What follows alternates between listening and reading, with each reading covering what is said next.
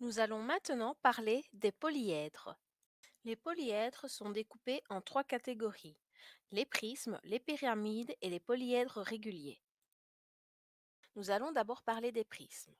Un prisme a deux faces parallèles de même forme et de même dimension. On dit qu'elles sont superposables. Les autres faces sont des parallélogrammes. On les appelle faces latérales. Souvenez-vous qu'un carré et qu'un rectangle sont des parallélogrammes.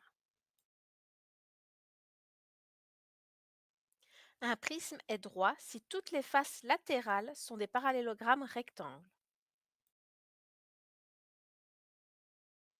Nous retrouvons ici les prismes non droits, c'est-à-dire les prismes obliques. Un prisme est non droit si certaines faces latérales ne sont pas des parallélogrammes rectangles. On peut voir ici sur le dessin que les faces latérales sont des parallélogrammes, donc c'est un prisme oblique. Un prisme droit est régulier si les bases sont des polygones réguliers isométriques. Nous allons maintenant parler de la deuxième catégorie, les pyramides. Une pyramide est un polyèdre dans lequel on distingue une face appelée base, qui se trouve souvent en bas, et des faces latérales de forme triangulaire.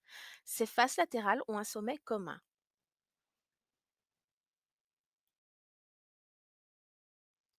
On peut retrouver les pyramides droites. Une pyramide est droite si toutes ses faces latérales sont des triangles isocèles. Dans les pyramides, on peut aussi retrouver les pyramides régulières.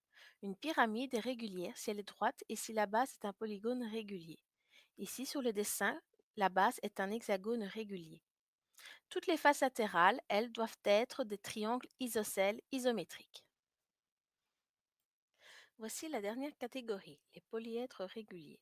Un polyèdre est régulier si toutes ses faces sont des polygones réguliers isométriques et si tous ses sommets sont identiques. Il n'en existe que 5. Les voici. Évidemment, tu dois les connaître.